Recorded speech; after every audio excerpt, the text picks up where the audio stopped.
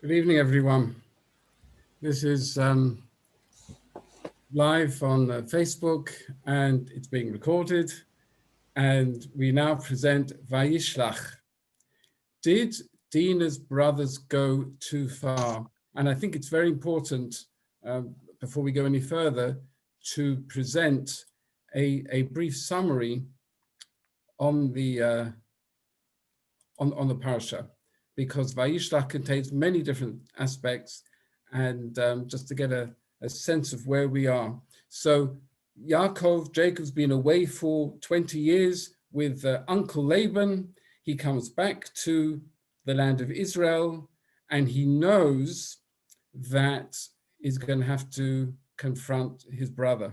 It's been 20 years since he took the blessings by deception. He ran away. We recall there were two reasons he ran away. One was to get away from Esau, and the other was to run to his uncle in order to find a wife. Of course, we know that he found 4 wives, and he had at this time 12 children. 13th one was on the way, and he came back to the land of Israel. And so the first part of the Seder, he's preparing to meet Esav. He's absolutely terrified. He prays to God, and he makes presents, and he prepares for the prospect of war as well. Then he is confronted by an angel overnight, wrestles with him all night. A bizarre wrestling match, not our theme for tonight, but a bizarre one nonetheless, where he is told his name in the future will be Israel, and a strange way of changing his name, given that it was not a permanent change or not a full change. So then we move on to the actual meeting with Esav, which, as we say, the preparation was traumatic. He was very worried. In the end, it turned out fine, and they reconciled up to a point. Esau wanted then they would stick together, travel together, and Jacob politely declined.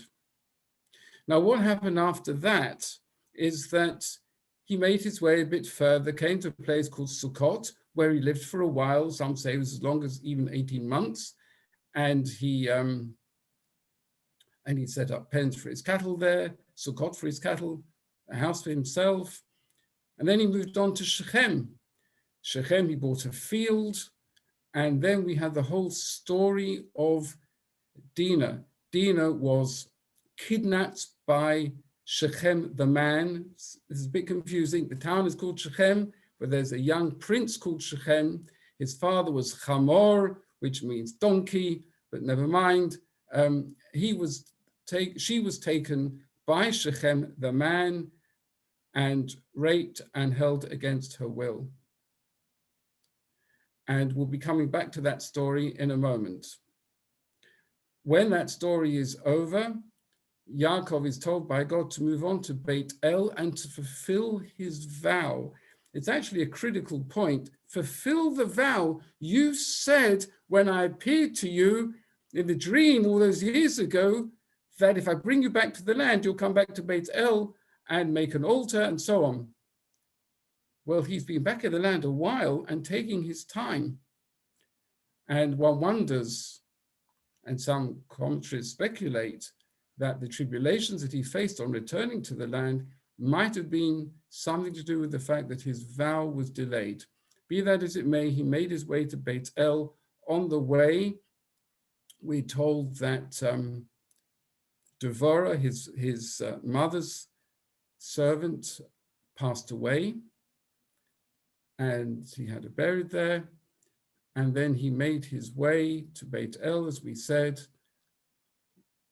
and God appeared to him and gave him a blessing and told him, quite similar to the blessing given to Abraham at first, about his offspring, about nations coming from him, and so on.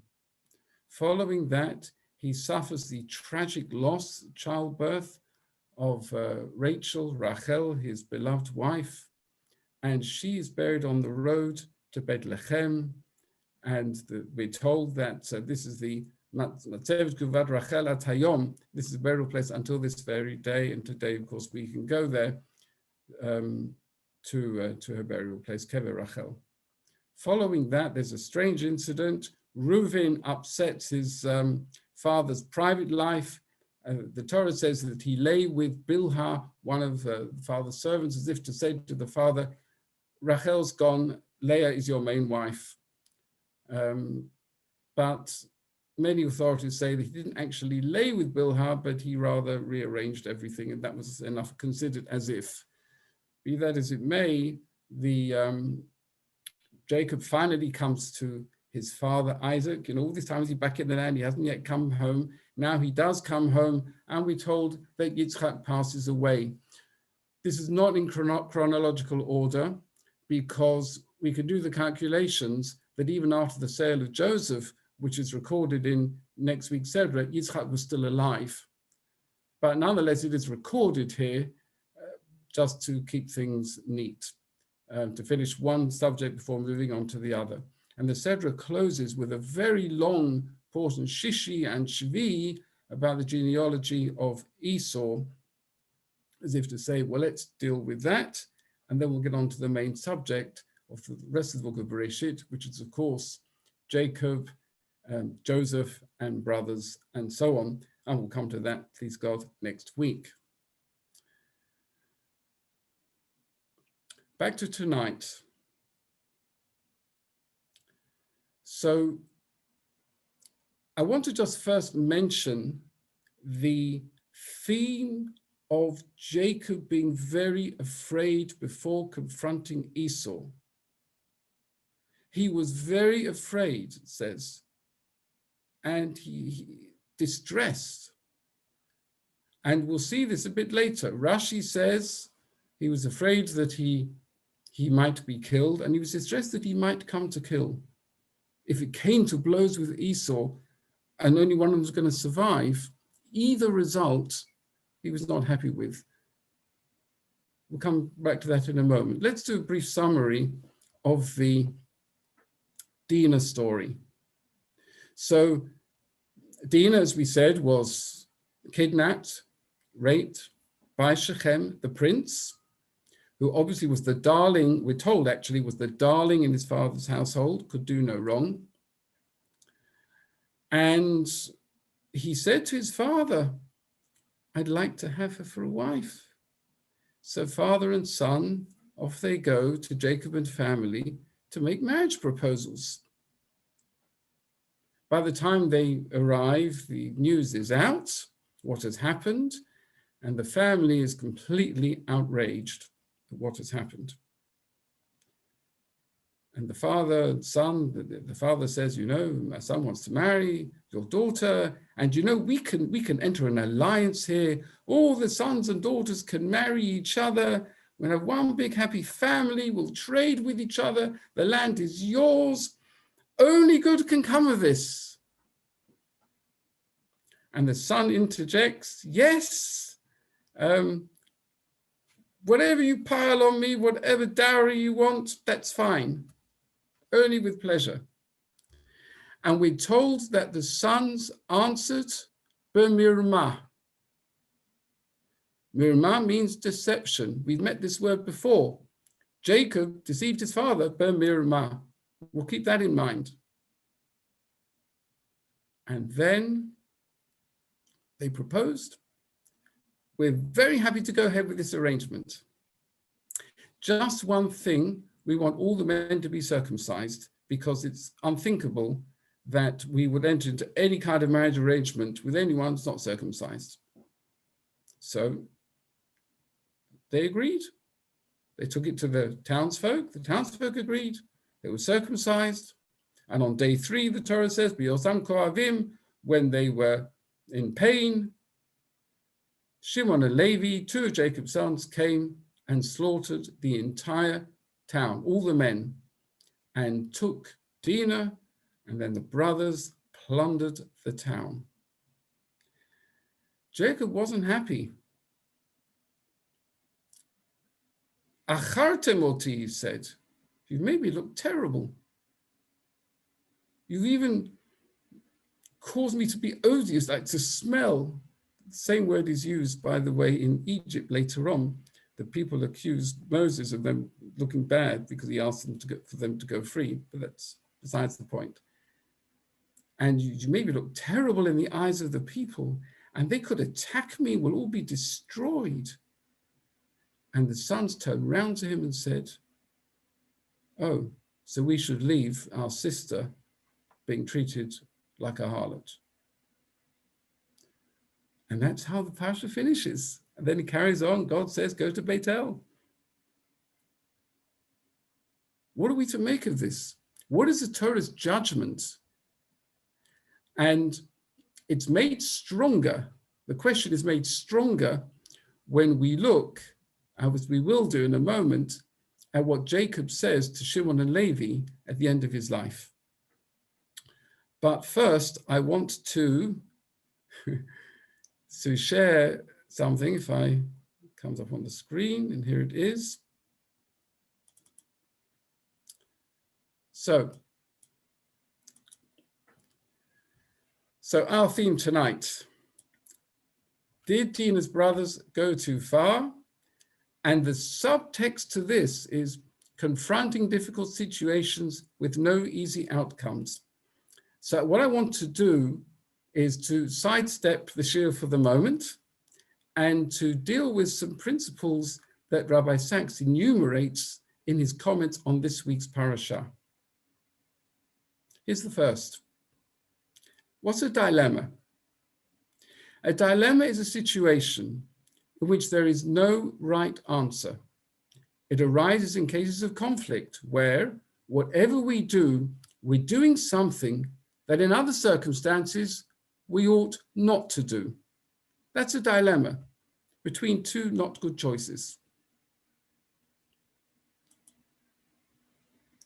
Sometimes being moral means that one experiences distress at having to make such a choice. Not that you won't make that choice, but there's distress in having to do it.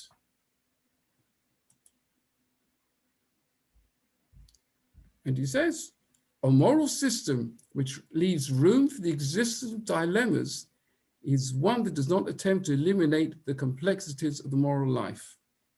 A righteous individual may sometimes be one who is capable of distress, even while knowing that they've acted correctly. So,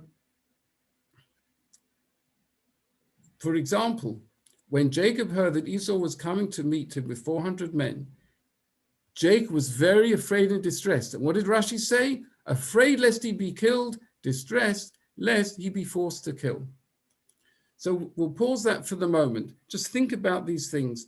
You have two bad choices. Isn't that what all the governments of the world have been doing since last March? They have been faced with a combination of bad choices. Do we lock people away to reduce the rate of infection? That sounds good, but it is bad because they are lonely. They could enter depression. They might struggle to make a living. And so they've been playing yo-yo, keeping no one happy, or certainly not everyone, not even nearly everyone. And they are put in an incredibly difficult position. Too bad. That's the dilemma. That's the dilemma. And at least in Western countries, we give them certain benefit of the doubt that they want what is best for us, because even if only we'll vote for them next time around, they're not going to. So they are caught what we call between a rock and a hard place in making these decisions. But it's important to acknowledge that whatever the decision, it is not good. And Jacob, the beginning of the parasha, he really sets out his stall, his values. He knows there's a possibility, didn't come to it, there's a possibility that in meeting Esau, he might either be killed or have to kill. And neither is appealing. And this This is something which confronts the Israeli army every single day. We know that they are an incredibly moral army, and they take no pleasure in having to kill terrorists or engage in war. There's never this thing of, wow. And I want to share with you, again, Rabbi Sacks produced this, but it's a speech given by Yitzhak Rabin 6 months after the Six-Day War. So on the one hand, we know that, and even I'm old enough to remember, the terrible cloud that was hanging over all of us in the run-up to June 1967. And what was being whispered was second Holocaust. Let's be absolutely clear, God forbid. But the screaming and shouting at the million people rallies in Cairo and elsewhere were absolutely of that ilk. God forbid they'd won that war, that's what would have happened. So the relief, the euphoria with this victory, not just a victory, but in 6 days, was incredible. And that Shavuot that year, it's in our history books, and we should never forget it. But what about the soldiers that fought that war and survived? Let's look at what they had to say.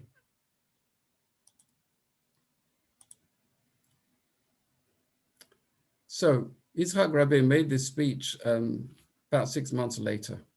We find more and more strange phenomenon among our fighters. Their joy is incomplete, and more than a small portion of sorrow and shock prevails in their festivities.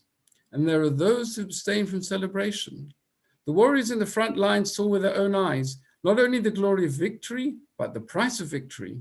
Their comrades who fell beside them bleeding. And I know that even the terrible price which our enemies paid touched the hearts of many of our men. It may be that the Jewish people has never learned or accustomed itself to feel the triumph of conquest and victory, and therefore we receive it with mixed feelings. And Rabbi Sacks' comments on these mixed feelings were born when Jacob, father of the Jewish people, experienced not only the physical fear of defeat, but the moral distress of victory. Only those capable of feeling both can defend their bodies without endangering their soul. So let's reflect on that for a moment. I'm not the first to feel this sense of incredible anger that Israel is put in a position of having to defend itself the way it has to. It's not something that we are jingoistic about. Things have to be done. Nothing to feel triumphant about, but we know there's no choice.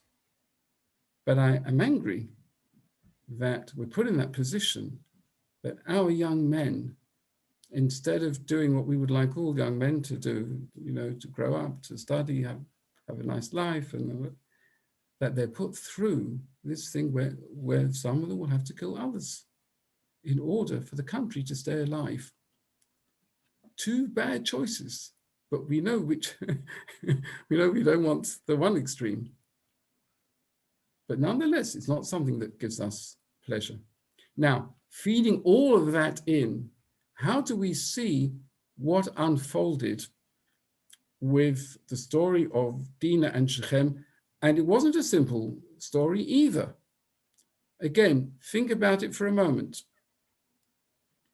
Dina was kidnapped, and she's still being held there against her will and against the will of the family.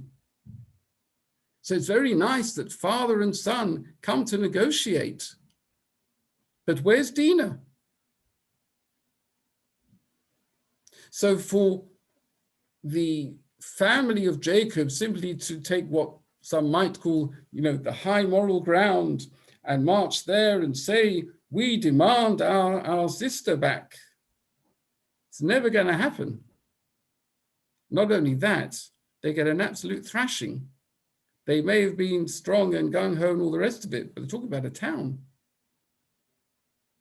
So it's not so easy to say, just take the moral high ground and say, please let her come back. We don't want to do a deal with you. We just want our sister back. So therefore, they spoke b'mirmah, they spoke with deception. But the fact that there's mirmah here and mirmah in another place, deception in another place, does not necessarily make it bad.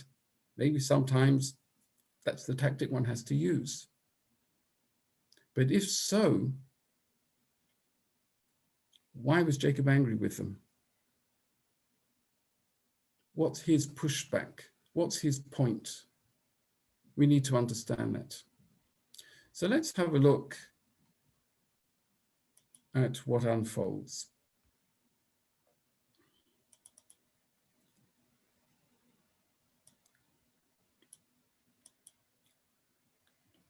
So Jacob hears the news. He heard that he, meaning Shechem, had defiled his daughter Dina. But since his sons were in the field with his cattle, Jacob kept silent until they came home. By the way, this is a complete change. Till now, Jacob is absolutely in the driver's seat. Now he's waiting. He needs a family conference. This camaraderie with his sons is hinted at the end of last week's parashah, because it says when he parted from Lavan at the very end, it says that Jacob called his brethren, his brothers, to eat bread. We didn't have any brothers there. And Rashi and others say he's referring to his sons. Be that as it may. Meanwhile, Jacob's sons, having heard the news, came in from the field. The men were distressed and very angry because he had committed an outrage in Israel by lying with Jacob's daughter, a thing not to be done. In Hebrew, v'chein lo yaseh. And the Hebrew, by the way, also says it's nevala. Nevala is, we translate it as outrage, but it's worse than that. It's a terrible, horrible, disgraceful thing to have happened. They are outraged. And that is the first time we find they are outraged. Now, Shechem has made the proposals and Jacob's sons answer. You notice Jacob is quiet. It's his sons that do the dealing here. They answer Shechem and father Hamor, speaking with guile, mirma. Why? Because he had defiled their sister Dina. Makes that very clear. Asher timei Dina chotam. This is what is driving them.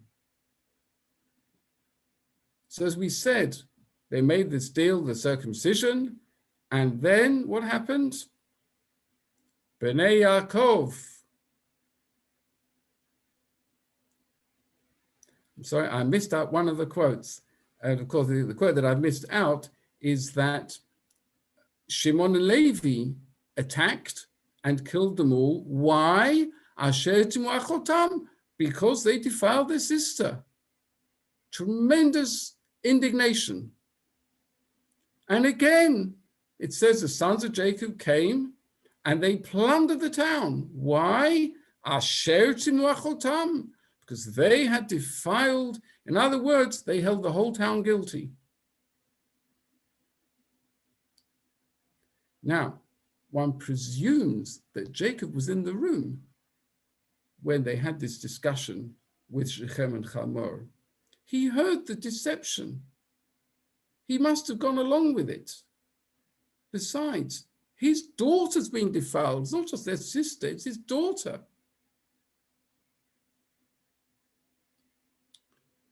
So what did he say? You brought trouble on me, achartem oti, making me odious among the inhabitants of the land, the Canaanites and the Perizzites. My men are few in number. If they unite against me and attack me, I and my house will be destroyed.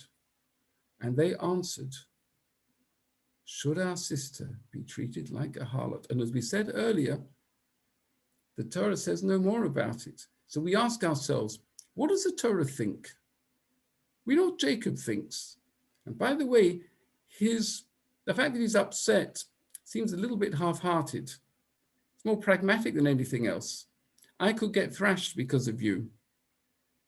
Is that really what's bothering him? What does the Torah think? Of this, we're not told. Interesting that Rabbi Sacks points out that clearly the initial villains of the piece are Shechem and his father. But the Torah even softens a bit on Shechem. It says, once he had Dina there, it was very ugly the way he took Dina, but once he had her there, he was very nice to her. Right? Really spoke nicely to her, treated her nicely, and was in love. Clearly, from this story, what we've seen so far, no one comes out well. So let's reflect on that for a moment. No one comes out well. Jacob is silent. The sons massacre the town. Shechem and Hamor, it goes without saying that the way they, taking Dina, Dati treating that way, was indeed an outrage. Dina herself should have known better than to have gone wandering in a town like that. No one comes out well. Just to interject, and you can find this on Rabbi Sacks's writings, he quotes from a writer who talks about the parable of the tribes. I just mention this for a moment because it's a sad reflection on the human race, I guess. The parable of the tribes. Imagine you have 5 tribes living together side by side. 4 of them are really peace-loving types. They're good people. They'll get on with each other and everything's wonderful. The 5th, however, is violent. What they want, they will get because they are violent. How do things end up? Well, they come to tribe number 1, make demands, and they end up massacring the town. Tribe number 2 sees what happened to tribe number 1, and they beg for mercy because they're peace-loving after all, will be your slaves. Okay, they end up slaves. While all this is going on, tribe number 3 sees all of this. What do? They run away as far as they can go, out of the clutches of this violent tribe. Tribe number 4 sees what's going on and says, well, if we're going to survive, we're going to have to defend ourselves. So what is the reality? That in order to stay safe, the ones defending themselves have to become violent, like the one that started it. It's a sad commentary on human history. So, for example, in the Second World War, the vast majority of countries were absolutely peace-loving. That's why it's such a tragedy, because they were into appeasement, because they were so peace-loving, but it cost many lives. They were forced into violence because the Nazis were violent. It is of necessity. So we can relate to this, but the question is, to what extent then were the brothers justified? We have to say there was some justification on their side. We have to say that, because the alternative is leaving Dina where she was, and that's not acceptable. So let's go a bit further. The Ramban, Nachmanides. This is Nachmanides, who lived in Christian Spain in the 1200s.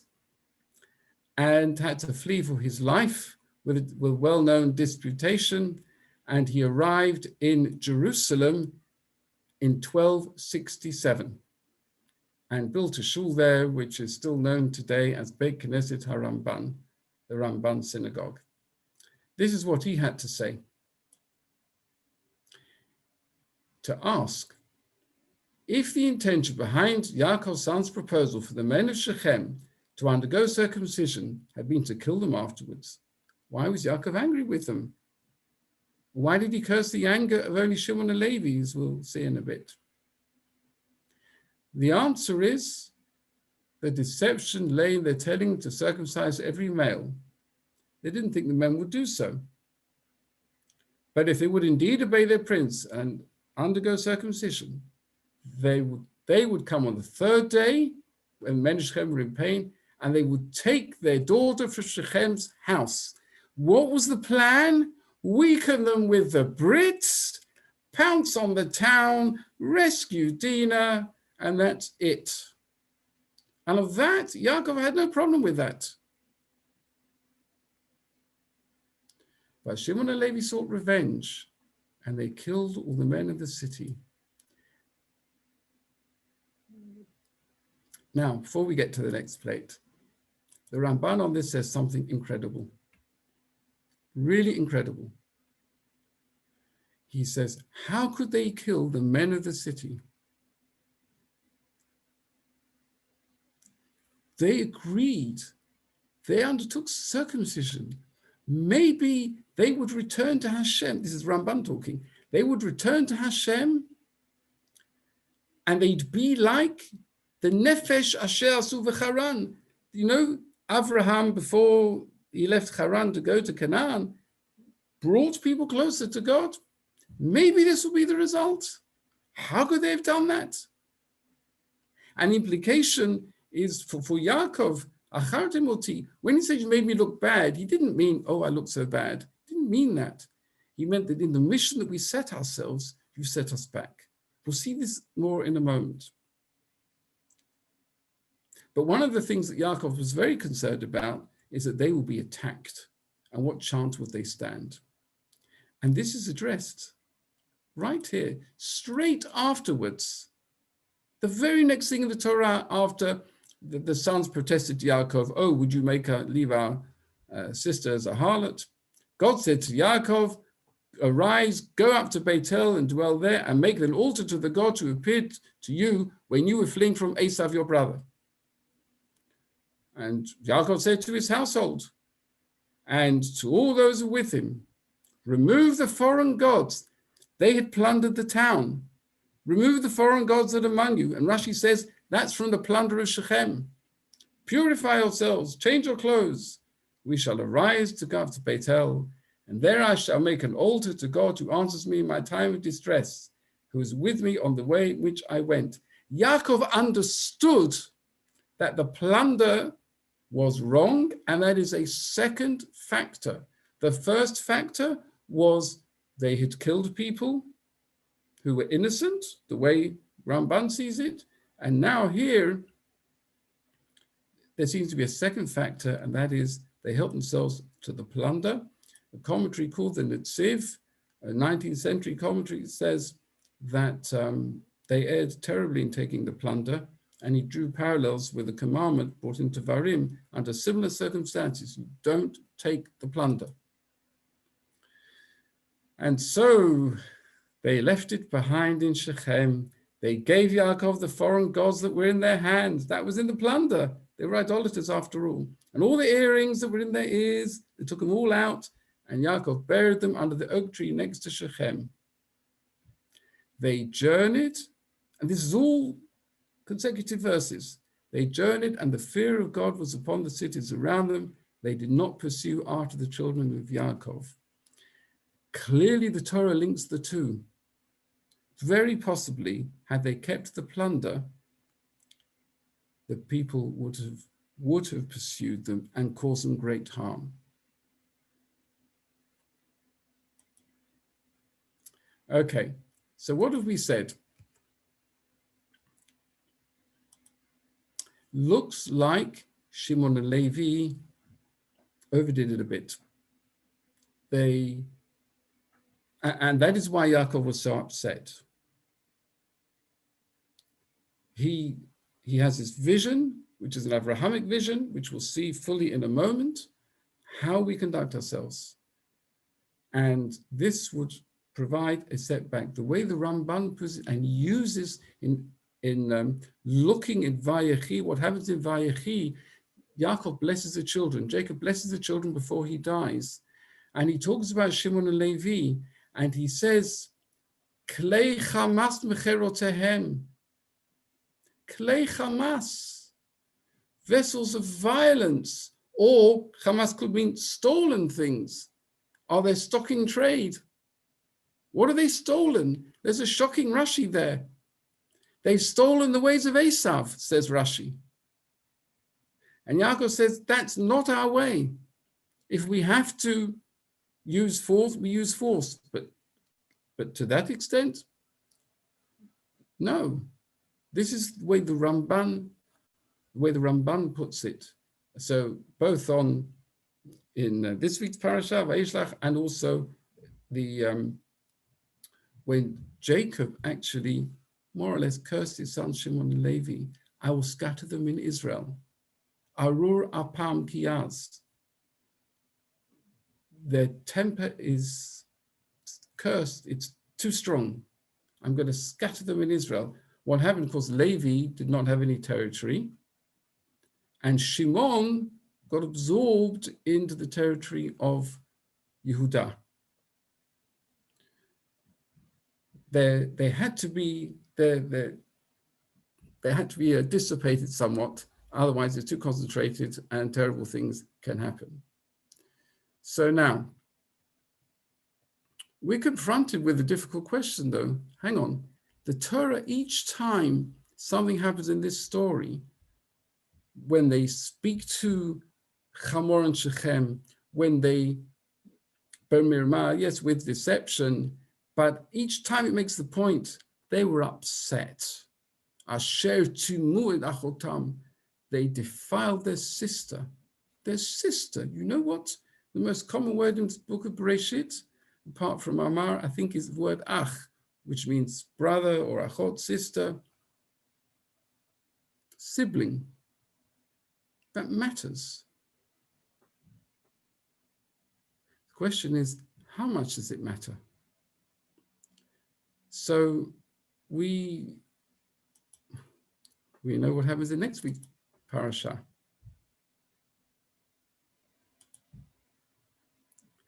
They saw him from afar, and before he could approach them, they conspired to kill him.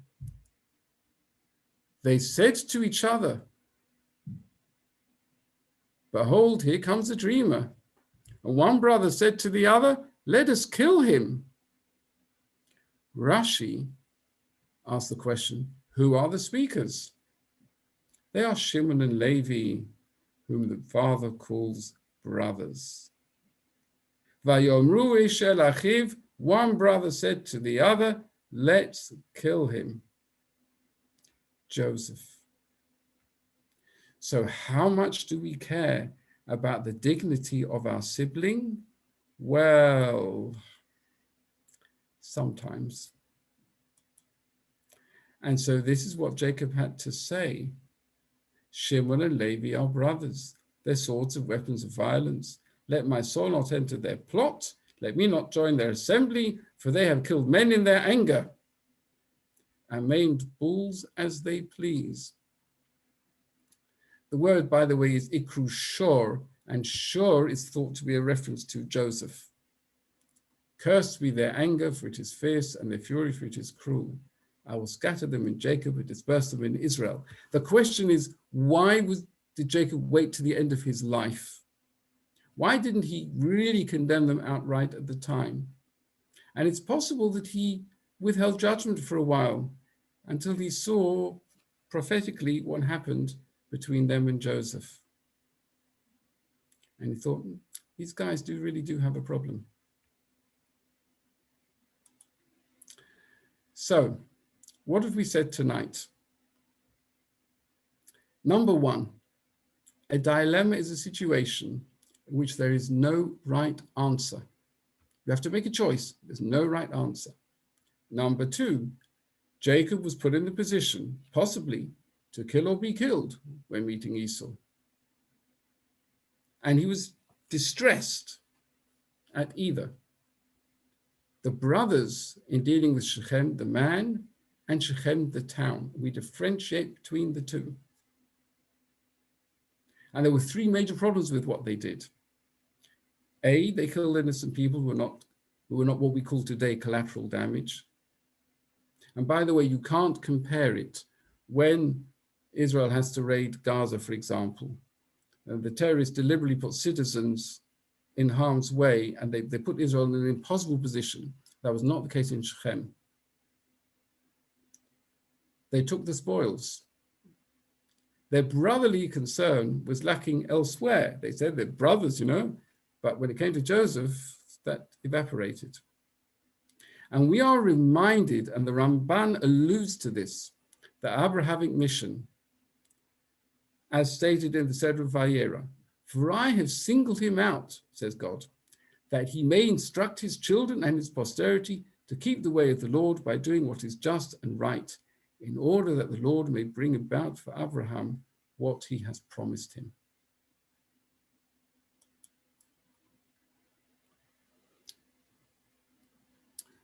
This has been a difficult subject. I was thinking before I started preparing what to talk about this week. And Vayishlach, everyone likes to talk about the reconciliation between Jacob and Esau. And the whole subject of Dina and Shechem and Shimon and Levi is not a subject that people like to discuss as much, because it's really not a happily ever after story. It's a sobering story in which we are reminded that when there is war, no one comes out on top. Even those who are victorious, if they've got moral principles, they don't come out on top. It's very necessary at times, and please don't think this is any way critical of what is often thrust upon Israel, because it's not. And we can be very proud that the principles that we outlined tonight, which clearly those the Ramban sets out so clearly, we can be proud that today we have an army that follows those principles. You have to defend. You have to stand up for what is right. But you do it in a way that upholds moral principles. And if standing up for right causes us grief, we acknowledge that grief. We have to do that. I hasten to add, the Ramban's view is, of course, one view. There are others, but this is one that really spoke very clearly to me. And although I quoted Rabbi Sacks a number of times, he did not cite all the quotes that I mentioned, but nonetheless, obviously, the sayings that he has about dilemmas and a moral person, to me, they just resonate so hugely and are part of the legacy that he has left us. I'm going to do what I usually do, which is to stop the recordings. Just bear with me for a moment.